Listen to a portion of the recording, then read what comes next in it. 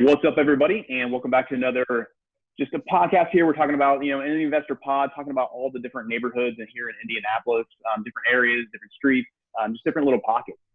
So I got the experts back with me again today. So I got Steve and Dave and Sterling. So they've been dropping a lot of great knowledge in the last few episodes. So decided to go ahead and bring them back. They made it for the second round of these that we're doing and stuff. No, I appreciate them and just their insights they're giving. We're just kind of doing a series here. So it's going to be about 6 or 7 episodes just going through these different neighborhoods. So today we're gonna dig into the West Side. So with that, let's get on with the show.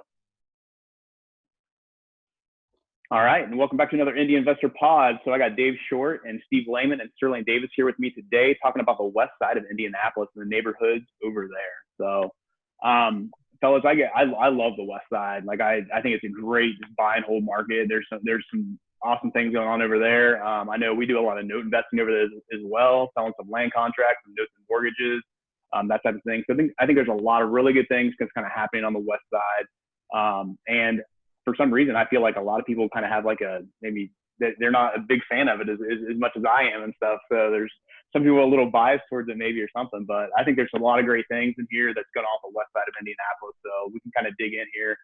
Just starting off, I kind of want to just, kind of talk about some of these neighborhoods, just basically just straight west of the downtown, like Stringtown, Hawthorne, Hawville, kind of that little pocket right in there. So, Dave, let's just start with you of kind of, that neighborhood or those neighborhoods over there. What do you think about them when you hear Stringtown, Hawthorne, Hawville, stuff like that? Like, what's some of the first things that come to your mind when it comes to investing? Well, I mean, before I would not go over there, but today we would certainly look at that because of all the student housing that's in need over there. It's an area that was neglected for years and years and years. Investors stayed away. So for new flippers today, it's a great point of entry into the marketplace, and it's pretty solid. It's close to the Speedway. It has a lot of houses that have some character that just won't kill you on price. So, yeah, we would, it's still in my mind probably more a buy and hold neighborhood, but I think in 3 to 4 years it's going to turn into a flip neighborhood. And if you paid for it while you were waiting on it, then you'll be able to turn it around and recover good inflation on those neighborhoods. Yeah, I think it's definitely like a great spot to basically kind of, you can pick up something there now and hold it maybe for, a year, 2, 3, something like that I feel like the appreciation over there is going to be pretty good with some of the people. The sellers, it's kind of one of the areas in town that the sellers haven't caught up, that their area is escalating. So they've just kind of dealt with it for years and years and years, and now they're willing to unload it. Yeah. So Sterling, what are you guys seeing from this, from that buy and hold standpoint of just some of the properties you guys are managing over there? Yeah, no, it's a great area. I mean, like you said, it definitely, what Dave said is absolutely true, where a lot of people haven't realized what the growth area is. I think it started when the Ambrose and that whole, Amazon's coming. And so a lot of people started buying in that area in hopes to one day cash in their chips. And so a lot of my clients at that point started buying buy and holds, especially in that Stringtown area.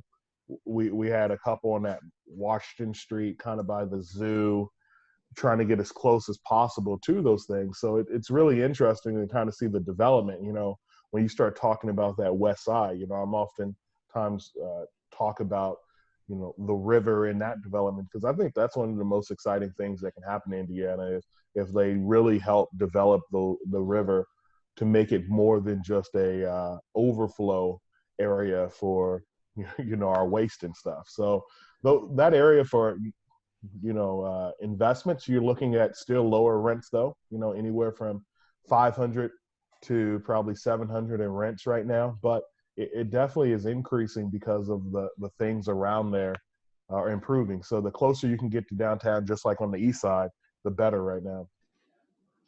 So what are you guys hearing as far as, I know that was the big thing, kind of everybody was buying around, Hawthorne and Shrink especially, when first it was going to be Amazon and then it was going to be the new Waterside district and stuff like that. Are you guys hearing any, what's the next thing that's going to come in there? I think it changes like every month and everything I'm hearing.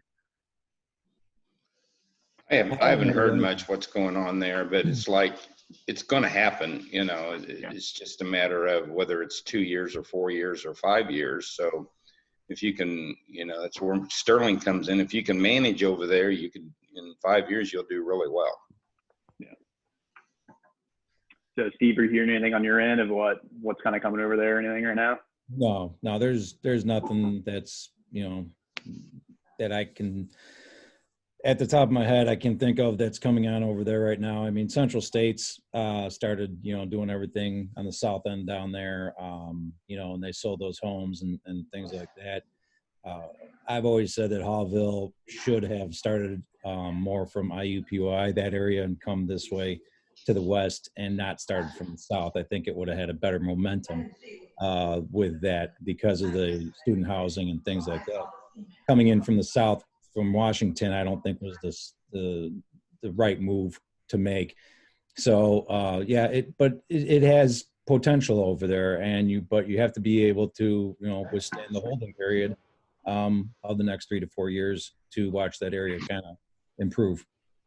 No, that's an interesting point that you make, Steve, like how Hawville angle in which they took their development, because that's a lot of what is important to growth and development, right? When we start looking at the difference from 16th Street to Washington and those angles, not to be able to see the development that it should have. Like at this point, you would think that Hawville, especially on that like Michigan Street, would be more development and further along than it is, but it's not. Like, I've seen city officials, like it was a judge's restaurant right there that the city gave a ton of money to build up, make it nice.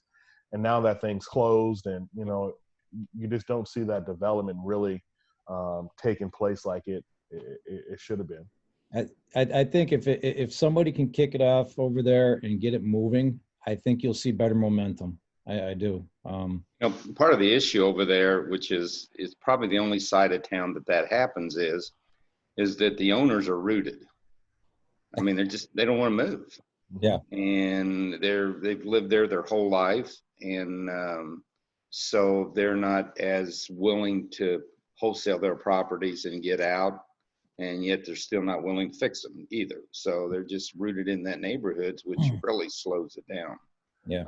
That's the crazy part. Like, when I start looking at what the name of Hawville, in some regard, it's a negative connotation, but in some regard, it's a positive connotation because people know what Long's Bakery is. And they know the proximity to Speedway. They know, they're not afraid to go in there, but it's just that how do you make your return on your investment? We've got several hold properties over there, and it's probably been $600 in rent. Like, it's 3-bedroom, 1-bath, been $600 in rent for the last 7 years, right? But, so it's kind of intriguing that, it hasn't really taken off, right? Maybe Long's wouldn't be that great if it was, gentrified. People are scared. We don't want to mess up the recipe of Long's. So we don't want this thing to gentrify too much. We still want to keep it a little bit of a hidden gem, so we don't. Yeah. That's cool. Steve, how about just how about south of there, especially maybe south of 70, kind of that West Indy area? I know you were one of the first ones that turned me on, the Rhodius Park area and stuff. You want to speak on that a little bit? Yeah, we're making some. We like to go in the neighborhoods and try to be the first one or second one in there. We're kind of looking into that Morris and Harding area. Could there be potential there? We feel there might be. You have a lot of industrial over there and stuff like that.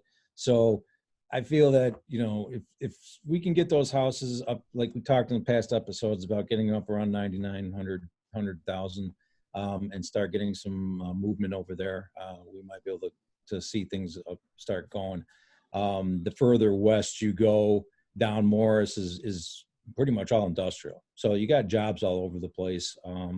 So it makes it great for not just owner occupant, but for rental purposes too, and good cash flow.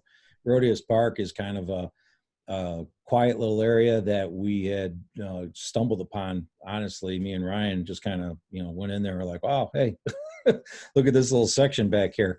And it's real nice. You wouldn't even think that, it's in an industrial area. So, we're kind of hoping for the best for that area.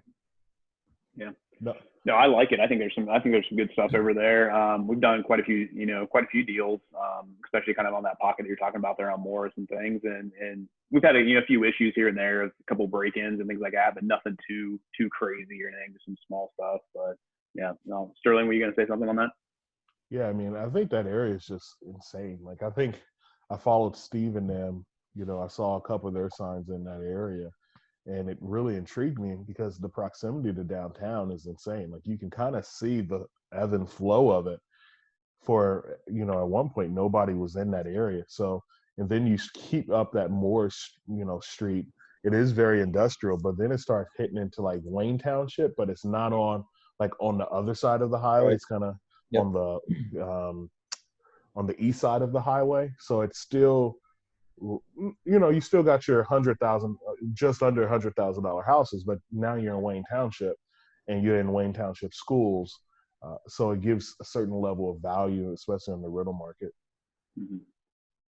So how about if we move a little kind of further west out there, maybe kind of closer to like at 465. So you got your areas over there, like the Fleming Gardens, Mickleyville, the Park Fletcher. These are like areas that I know we're kind of picking up some properties and selling on, land contracts and notes of mortgages and things like that. So, but I also know there's people that are doing it. They'll buy it off land contract of us just to rent it, things like that, because their rent will be coming in a little bit higher than what they're paying us on land contracts and things like that. So, what are you guys seeing kind of in that area? I look at it as just, kind of more of a buy and hold, or, kind of like I said, that you might be able to pick something up and sell it on a note mortgage or that kind of thing with owner financing. But are you guys seeing anything else? Is it like, can you flip properties over there? I don't think it's ready to flip over there yet, but note and mortgages are, there's such a good,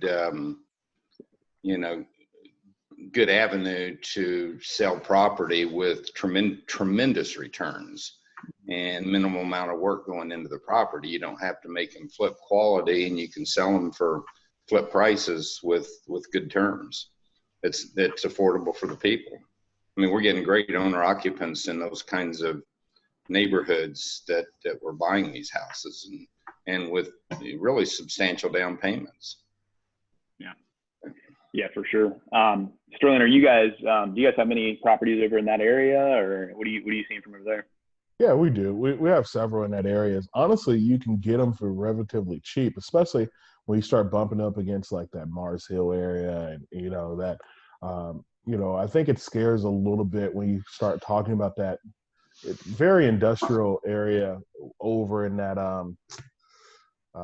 Kentucky Avenue and stuff like that, right?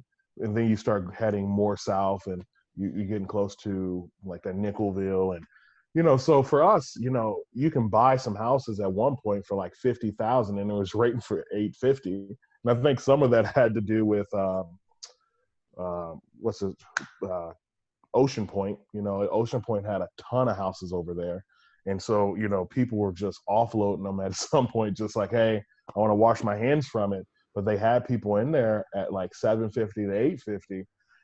It was just we started trying to make the decision, like, is it worth doing? Like, is it worth taking on those headaches?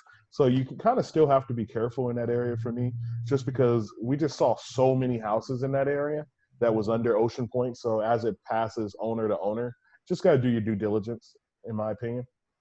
Yeah.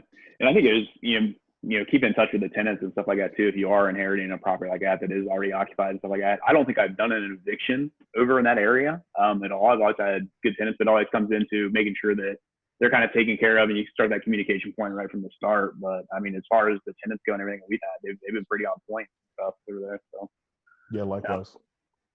So let's go a little just kind of north of there and kind of talk about those areas that, like the Speedway, Eagledale. Those are just known as just, great areas here in Indianapolis to invest in all different things. The stuff they're doing around the Speedway just is awesome. I love to see the fact that the transition that I've seen in that area just from the last 6 years that I've been out here in Indianapolis. So I think the first time I went down to check out the Speedway, like new to Indianapolis, I don't want to walk around down here or anything, but now you have Big Woods and the different breweries and stuff like that have come in, and just the transformation over there is pretty cool. But it's been the same thing kind of with real estate too. Of 3 years ago, you could pick up properties for pretty cheap over there. Now they're pricing pretty high, a little higher than what to pick something up, you have to pay a pretty penny for it a little bit. But is it worth the investment of what you're paying over there in that area, you guys think? Well, Speedway obviously is a great place. It's a lot harder to rent over there. I mean, you get good value, but it's hard to get any kind of return because of value. The little 2-bedroom, 1-bath bungalows have shot up to 130 to 160 over there. And the only downside to flipping in Speedway is you have to deal with the town and permitting, and they're just all over you, not doing stuff, on a permit basis. I mean, it's not that it's that costly, but they just nickel and dime you to death on the flips over there. But as soon as you get them done, they're sold. Why is that, Dave? Is it they just want things done to a certain way, or they want thing? I mean, to me, in my mind, it's a city money grab. I mean, they won't let you package the permits and just get them all at once. I mean, they're pretty easy to deal with, but if you do any work permitting, they're on you within a day or two. So you just need to be cautious and go in and get the proper permits, and they do check the work extensively and quite a bit. So we've got stung over there a couple times, not knowing until we figured it out. But it's not that it's a lot of money. It's probably $300, $350 a project, but you have to get 4 different permits. They're like $60, $70 each and that kind of stuff. So that's the only caution over there. But the units will sell. I think it's going to be a great Airbnb market over there. It already is a little bit with Penske coming in and owning the track. There's going to be more events and more opportunity to live over there. And its walkability is great for like you said, the town of Speedway. It's pretty cool over there right now. Yeah. So how about just that Eagledale area? Like, I feel like Eagledale's like that perfect split of like kind of where you have like 50% ownership, 50% tenants, and you can kind of do a little bit of everything right in there. I know that was like kind of we haven't flipped. I mean, you can flip in Eagledale and you can flip turnkey, so you don't have to do the full rehab over there, and you'll be able to get really good values on a property that's been really done from a rent ready perspective. So instead of putting 35,000 in a flip over there, then you can get by with 25 and still have a nice product, still going to bring the same amount of rent, which is pretty high. Yeah, Eagledale, I think you kind of get priced out over there in Speedway for a buy and hold investor. So you kind of go to the Eagledale, which has kind of changed. I've been investing for going on 10 years now. When I first got in the Eagledale area, I mean, we were buying it for $45,000, $50,000, and it was renting for $850, $900. So now the biggest struggle is finding deals that kind of have some room that you can kind of make it work. Especially if it's very hard to do a BRRRR investment in Eagledale at this point, just because you got to have that 30% plus minus the expenses and things like that. You're not going to be able to, say that 100,000 is the ARV. So you're at 70 minus 20,000, you got to buy it at 50. Very rarely are you going to find a house in Eagledale for $50,000, right? So that's what makes it challenging for Eagledale. Now their prices, you're not buying, I see several over there north of 100,000 now. What the struggle is for the buy and hold investor is, can you get 1,000 plus in rent with that? Back in the day, I could buy it for 70. At least I know I can get 850. So that's the kind of the struggle right now, is making the numbers work as these prices in Eagledale's kind of skyrocket to that 100,000 mark. Is that what you feel like that's what kind of most people can expect in that Eagledale area if they're picking up like something kind of turnkey, that they're looking at like probably paying like 90 to 100 for that over there? For a turnkey property, yeah, for sure. You're looking at that 90 to 100. But I do think you can get 1,000 in certain areas of Eagledale in rent. But then you just can't have that on all of them, because Eagledale is very hard. I love Eagledale houses because they're on slabs. They're my ideal house. They're on slabs. They have a crawl back there. They're 2-1, 3-1s. If they have a garage, the value goes a little bit higher. Only challenges is some of those houses put the plumbing inside the slabs. So if anything goes wrong, you kind of have to jack that up. And, so it has its challenges, but I think you just have to make sure the numbers work for you. And I think it's a buy and hold area, but the BRRRR investor, they would never be able to make it work, I don't think. Yeah, Eagle Dale has about four different areas that all demand different values. So you can't compare south of 30th Street to around 38th Street, just south of 38. It's, there might be $10,000-$15,000 difference, and could be $150 a month difference in rent. So you just can't, you just can't pick on Eagle Dale Drive, compared to Ruskin Drive, which is another nicer street in Eagle Dale, because they're different worlds. So you have to be careful in establishing value over there. That's an excellent point. Yeah. So just kind of another area that I love over there on the west side is kind of in between basically the Speedway and the White River. Just kind of basically right in there, the Venerable Blackville area. Like I love those properties. Like I'll buy over there all day long. It seems like whatever I buy over there, I can sell it in any way here in whatever way I want, whether somebody's just buying it straight for cash just for, that they want to live in it for their home. They want to buy it on no mortgage, or they just want to buy it to rent out. I know a lot of properties in there, they do have basements and stuff, but it seems like I haven't really had too many issues with any of the basements with the foundations or anything like that. So I think the water it's not a big issue in there, but you're not gonna have like the slab like Sterling was talking about in Eagle Dale as much. But I love that area right in there. I think it's kind of basically just like a downgrade of Eagle Dale to basically where you can have, you're not gonna have to pay the $90,000 for a turnkey property. You can probably pick it up for anywhere around like 50 to 60 almost, and get, you're probably getting rent right around like 700, 750, something like that. So Sterling, would you agree with that? Oh, absolutely. I think I love those little pockets like that. It's the same thing with like if you go east on 16th Street where the track is. So if you go under that bridge, it says like it's only 2 or 3 streets that you can do it on, but it's like this little street. One's called Alton.